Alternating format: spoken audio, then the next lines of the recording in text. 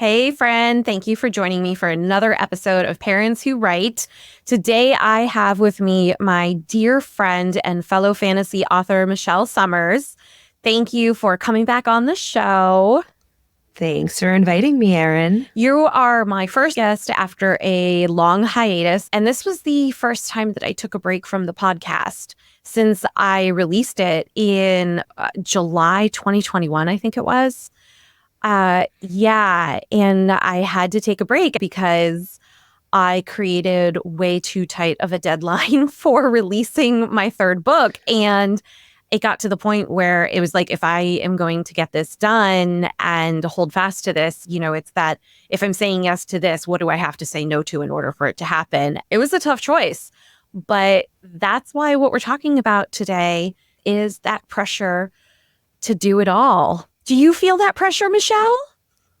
Well, let's see. I'm coming off of one term as PTA president, moving into a second, and then I have one more after that I've already committed to for the year after. So yeah, I get it. I totally understand that feeling. Every time I talk to you and I'm like, oh, what are you working on with your writing? And you're like, well, I do have this idea and I'm jotting down notes, but I'm also baking cupcakes and using my fine arts degree to create puzzles for my children. By the way, those puzzles were awesome with another PTA fundraising event.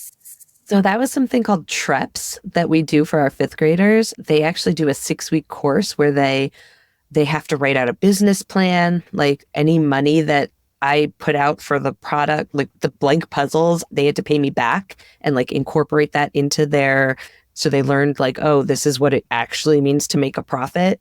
It's this amazing program. Did they pay you for the labor of painting the puzzles?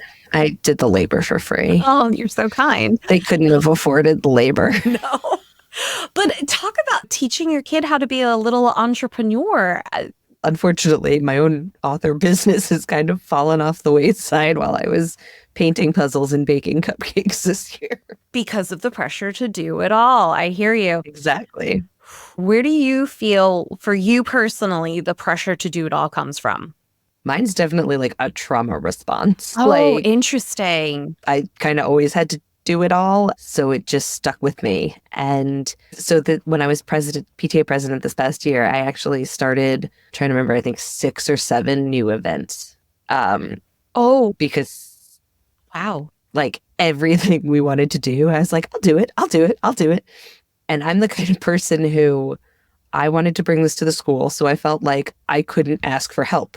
I had another conversation with Charlotte Chipperfield, who is going to be the episode after you. And we talked about imposter syndrome and how one of the responses of that is perfectionism. And I'm just hearing some overlap here. I'm a perfectionist myself. But when I also think about the pressure to do it all, I think it's part of that fear of not wanting to let people down in my family, or I need to prove myself, or maybe it's actually a combination of both of that. But I've collected some healthy voices in my head over the years also, joining groups that have helped in terms of parenting courses and the writers community, et cetera, and all of them combined. And I know where the healthy messages are now. One of the things that I learned in my mentor class that I took back before I started the podcast was the idea that we need to move our priorities up to be equal with that of our families. And so we're not saying that our families' needs and wants aren't important. We're saying that ours are just as important as theirs are.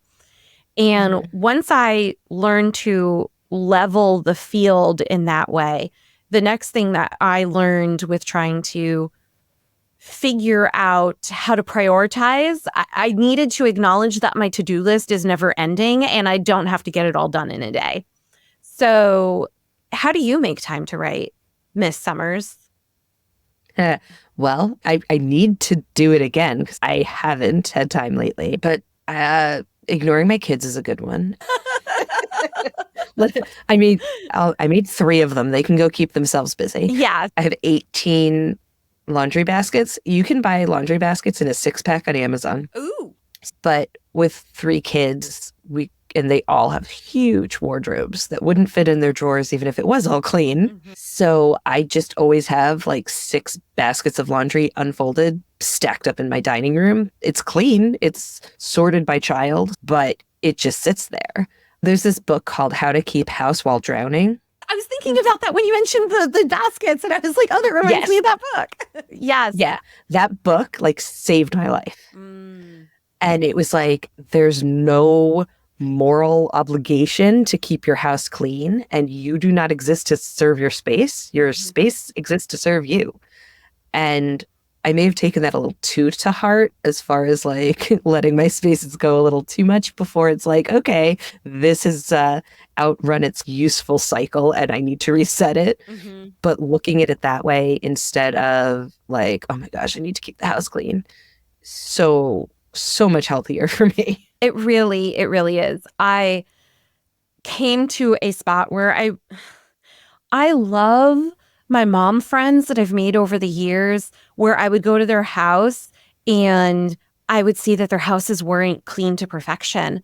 And I was like, I love you and thank you. Thank you for letting me see your reality and not making me then feel pressured that I have to make sure my house is perfect before you and your children come over. It was so liberating. But I noticed that my husband also has the pressure to do it all. And I had to give him permission to be like, dude, go play your baseball game and leave the laundry baskets over in the corner. The kids know where to find their clothes. It's sorted. Go. You've done enough today. And in Fire and Fortitude, in the acknowledgments, I wrote that like I would start helping my husband with the laundry again. Now that book 3 is out the door. So I did help him. I think I put that in my acknowledgments in book 2, because that definitely when I'm writing, or especially in that like last month when I'm getting the last revisions done, it barely gets washed at that point. Oh my gosh. That was such a tight deadline with Fire and Fortitude. Yeah, I'm afraid of pre-orders now. I am too. You and I both. I was like, I don't want to do this again. I also have stuck in my head Sir Mix-a-Lot song, but with my books, I think like I write big books and I cannot lie. No, you can't. You readers better get in line. Like and every time I'm like, man, 120 plus. And Fire and Fortitude was even longer. So yeah, you do write long books. Mine. And meanwhile, I'm like, this is a fantasy and it's only like 65,000. It's supposed to be longer. You had it. I mean, I am your line editor, but still you got it done with revisions. So kudos to you. And you managed to finish the Guardian series, man. I did. You did. You finished. And I put out the Chosen One's Legacy 364 days after the Chosen won my ass. Wow. 1 year, all 3 books. All 3 books came out in 1 year. And while being PTA president. And your reader magnet. Yes, and my reader magnet and the predecessor. So 3 books and a novella in 1 year. Yeah. I released Ruins and Redemption in September. And then I released Treachery and Truths in February. And then Fire and Fortitude came out end of July. And they're so long. They're 120K each. That's a lot of writing. It really was. I'm like, no wonder why I went bonkers at the end. Seriously. Side note, this is so not related, but I sent out in my newsletter asking people if they wanted me to work on book 4 or to tell Magnus's story. And I have completely outlined Magnus's story. Nice. Yes. And so that's exciting. It is. And that's only supposed to be a novella. And it's going to end up 60,000 words. It probably is, because I outlined it in its entirety and it's 21 chapters. Yeah. Oh, Erin. Books that I cannot lie. You make big books. But it's like half of what I normally do. So you know what? For me, that counts as a novella. Yeah. And that was part of my, needing to get it all done was to help read your book. Which is good because like with everything else I do, my reading doesn't keep up. So I'm always happy to read for you because at least I'm reading. Thank you, which Of course. so helpful. So helpful. So I have this cool thing now where when I'm working, I realize that reading is part of my work. And I have to carve time into my day to include reading. And I'm like, this is work time. Yeah. My problem is I need to go back to reading more comedy books because I've been reading a lot of I'm going to pronounce her name wrong. Leanne Moriarty. I don't know that. Leanne. Oh, she did Big Little Lies. Oh. The show. Yes. Okay. Yeah. And so that's kind of why Legacy became so much more serious because I was so into her books. And I'm like, she's turning me into like a suspense writer instead of a comedy writer. I can't read these anymore. So you need to check out women's fiction subgenre fantasy because women's fiction subgenre fantasy has really taken on this idea of women who are 40 and older, who usually have experienced some sort of life crisis, like a divorce or whatever, and then also discovers magic or abilities that they did not know that they possessed.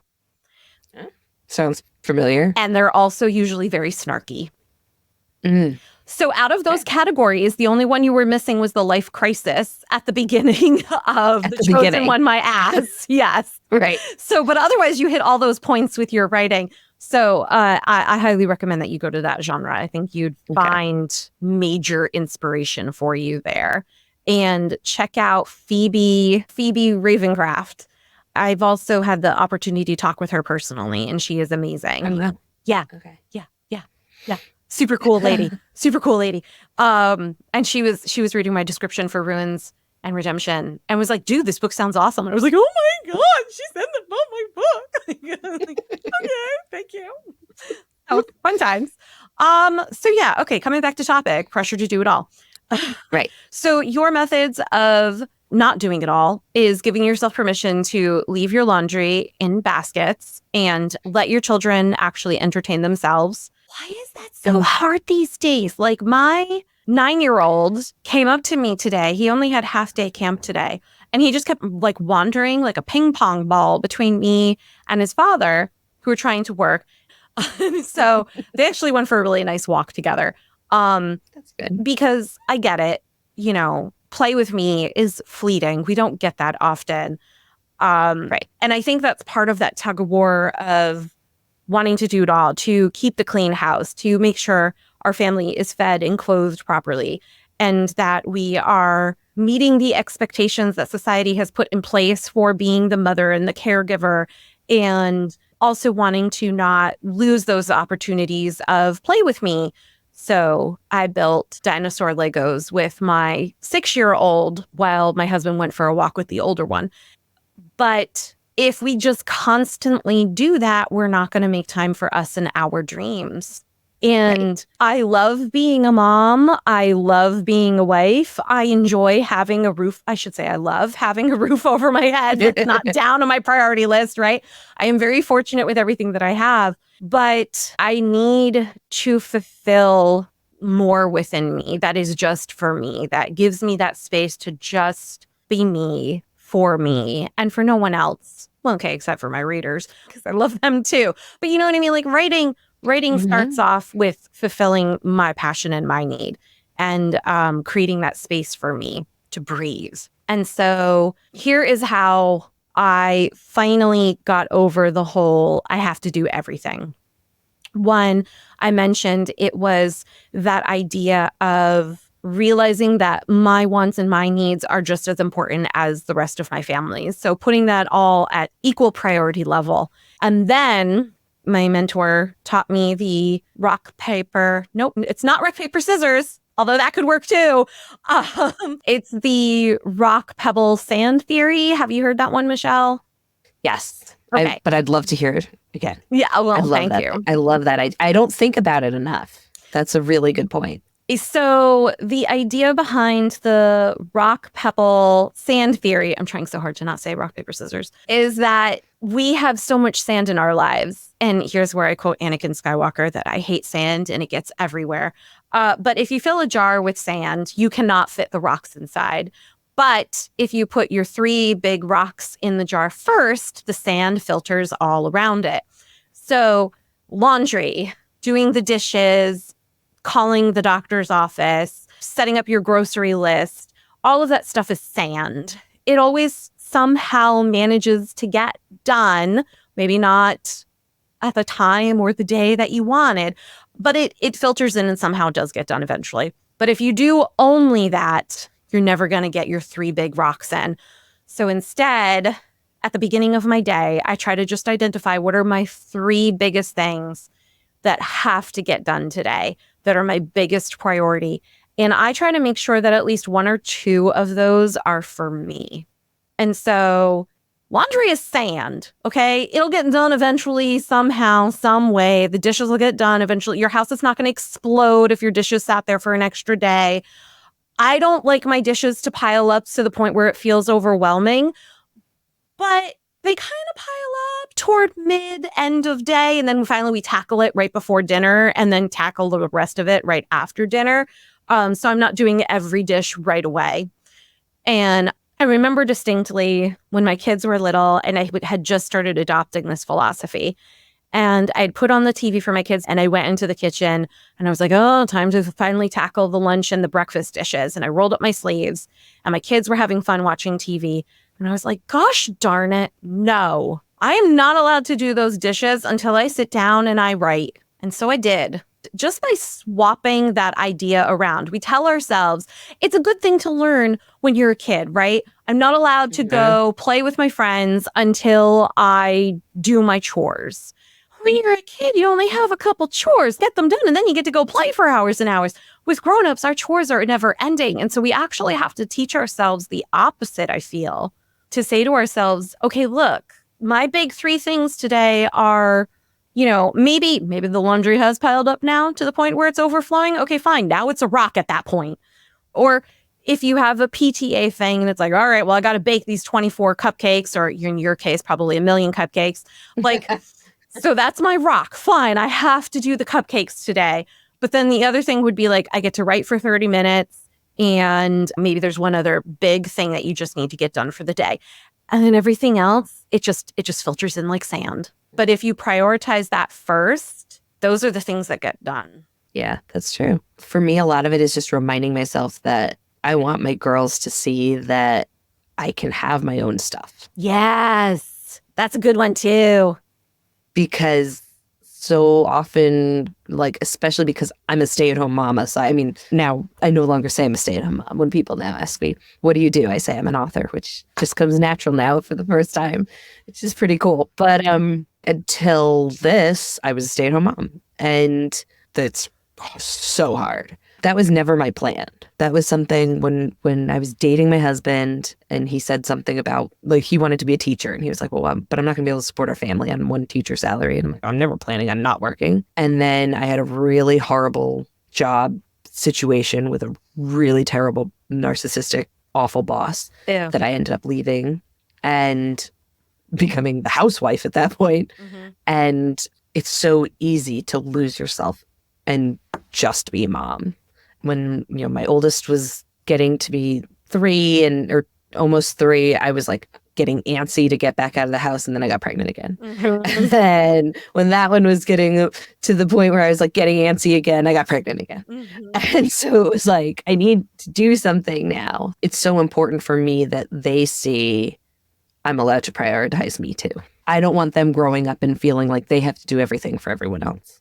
It is amazing how easy it is to lose yourself in the family that you build. And they're beautiful and we love them. And these are people that we would do anything for. Mm-hmm. But I also can't do stuff for them if I am now empty inside. Put on your own oxygen mask first. Yeah, exactly. And I didn't do that for years. And that was part of the anxiety and the depression that I was dealing with, the anger issues that started to take over. And, oh my goodness. When I first started writing The Chosen One My Ass, It was so cathartic to me. And then if I went and didn't write for a couple days, my oldest would be like, please go write, because she could sense the difference in me. And I would be so much snappier and shorter and less patient because I wasn't doing that for me. And she'd be like, you need to write tonight because you're getting out of control. She's like, I can tell. You need to go write. Kudos to the eldest there, man. My 9-year-old, when he was 8, and he was like, Mama, you're an author. Like, to just hear that awe in his voice. I love seeing that he's proud of me for that. Because, it's hard. Like, the last 2 months with Fire and Fortitude, every single waking moment had to go to meet that deadline, which I will never make so hard again. I'm reiterating that. Right.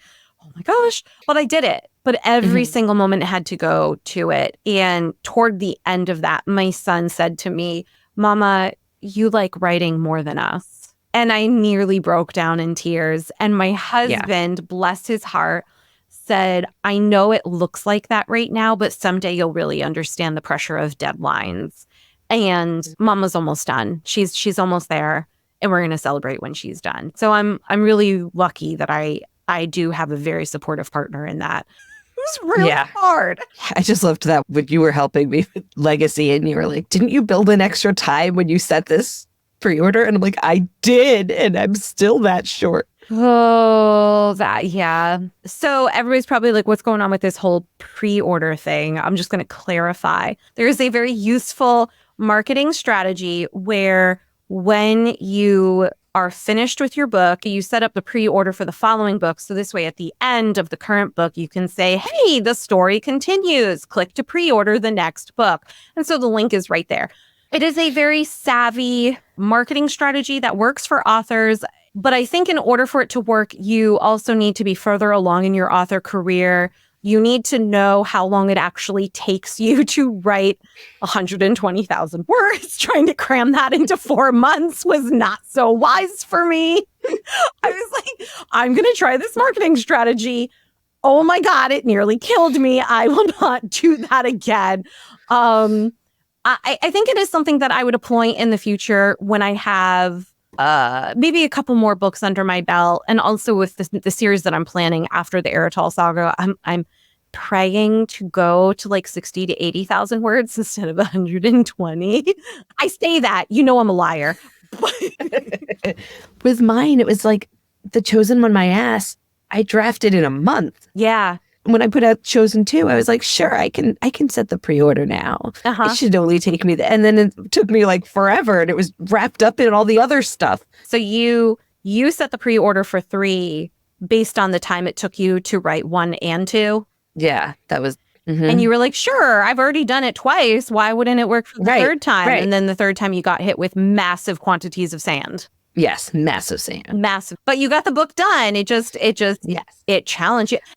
Okay, I'm going to say this, and I don't want to cut you off, but I can see the positive side of that also, where it's like, now I've got a deadline and I have to stick with it, rather than being like, oh, another month and another month and another month. And I'm sure. Right, which is what's going on right now with my next book. I mean, I don't know. I've never done this before. I don't know if this is normal when an author goes to write their second series, that it's like, I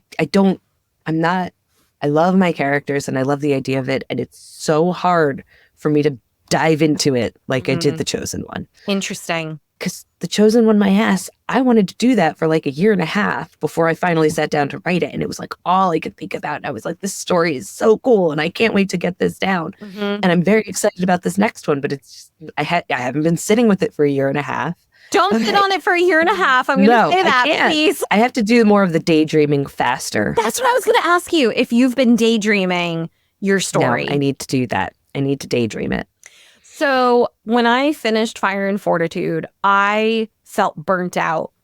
And I was like, how am I ever going to find the motivation to start outlining 4? I have all of the major events for 4 listed elsewhere. I snorted because this made me laugh so much, where I was like, oh my gosh, what if I don't have enough material for book 4? And then I started listing all of the main events that want to happen. I was like, oh, yeah, no, I'm fine. I've got another big fat book in me. I would never worry about you not having enough material. Never mind. But so yeah, I was really burned out by the end of Fire and Fortitude. although I did finish 3 days early. So I started thinking about Magnus's novella that I wanted to release and whether or not if I could release it between books 3 and 4 and how that would work. And so I started daydreaming it, and it worked just like it did with Ruins and Redemption, where I started with an idea and I just kept playing with it when I was, driving the kids to and from camp and all the other sand that needed to get done that piled up due to the 2 months of craziness that had followed. But yeah, I really daydreamed Magnus's story. And once it really became clear to me, I was aching to sit down and just write it down. And then I did a discovery draft. Have you ever done a discovery draft before? I don't think so. I mean, I don't know. I may have not known what it was. So a discovery draft is kind of between an outline and your first draft of your manuscript. And it also gave me the freedom where I'm more of a pantser, right? And I think a discovery outline gives you the freedom to be a pantser. So when I started labeling the chapters, they weren't chapters in my head, they were scenes. And similar to when I do line edits where I'll put in a chapter title suggestion just because it's me actually trying to narrow down what it is I think the author's trying to accomplish within this chapter so I can make sure that they're achieving their goal. I do the same thing when I am identifying my scenes, and I just put a couple keywords that tell me what is the purpose of this scene. I realize that my scenes are usually so big that they make chapters anyway. But yeah, I just started writing the number and the keywords. It starts off with just like an initial 3 to 5 sentence summary about the purpose of that scene, the challenge that the character would have to overcome, or the choice that they would have to make, or the new piece of information that they would get that would move the plot forward. And then I'll start to flush it out a little bit more with like 2 to 3 paragraphs of, oh, he did this and then she said that. It's all telling. It's 100% telling. Okay. She feels this way right now. She told him blah, blah, blah, blah, blah. It's like talking to a friend. And then he said, and then she said. It's a lot of that. That sounds like what I do need to do. Right. And because you have that freedom, it's not like, oh, I'm sitting down to write, a 2 to 5,000 word chapter. It's like, no, this is just a couple paragraphs for me to flush out the idea that's already in my head. And so I just went through doing that per scene. And then because it was numbered, it was easy for me to be like, ooh, you know what? Now that I've got these ideas, I actually need a chapter earlier on that's going to foreshadow this thing. So then I can just jump back. And because it's such a short document at that point, it's easy for me to be like, ooh, insert this scene here and they're going to discover these things and these challenges and it's going to reveal this thing that's going to hint at later on. So I have my entire discovery draft done for Magnus, and that's 21 chapters now. And the total of the document, I think, is like 6,000 words. Okay. Definitely not going to be a novella. Yes. I write big books and I cannot lie. Yeah. So, yeah. So on that note, when are you going to make that your rock? Tomorrow. I'm going to make it my rock tomorrow. That's going to be my focus. Okay. I'm glad I helped you identify your rock. Totally. Thank you for joining me on the show again. Congratulations on finishing the Guardian series. Thank you. Keep us posted about your second series and its progress. And, I'll have you back on the show to talk about books and stuff. Of course. Can't wait. Peace out, my friend. Peace out.